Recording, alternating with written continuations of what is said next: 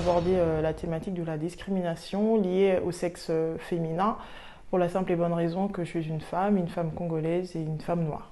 Je vais partir d'un constat au sein de la société congolaise parce que c'est celle que je connais, que j'ai côtoyée, pour dire que en gros aujourd'hui on peut être emmené à voir une femme au sein d'un foyer qui a un salaire assez important, ce qui peut forcément créer une certaine frustration au sein de ce foyer-là, pour la simple et bonne raison que l'homme peut se sentir limite, je ne dirais pas inexistant, mais pas à sa place, pour la simple et bonne raison que ça peut causer des soucis par la suite.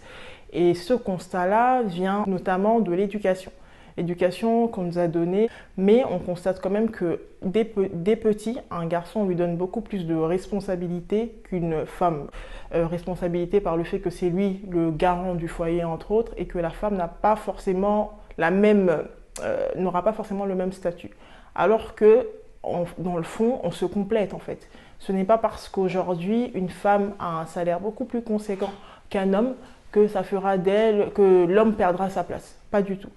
Pour éviter toutes ces formes de discrimination-là que certaines peuvent vivre au quotidien, c'est de pouvoir créer des rencontres pour pouvoir éduquer aussi bien les hommes que les femmes, parce qu'il y a certaines femmes qui ne vont pas forcément assumer ce côté-là, leur salaire important, parce que la culture veut qu'elles se sentent un petit peu diminuées. De pouvoir éduquer aussi bien les hommes que les femmes, pour leur dire que c'est pas parce qu'aujourd'hui une femme a un salaire plus conséquent qu'un homme que ça fait de l'homme quelqu'un d'inutile. Pas du tout.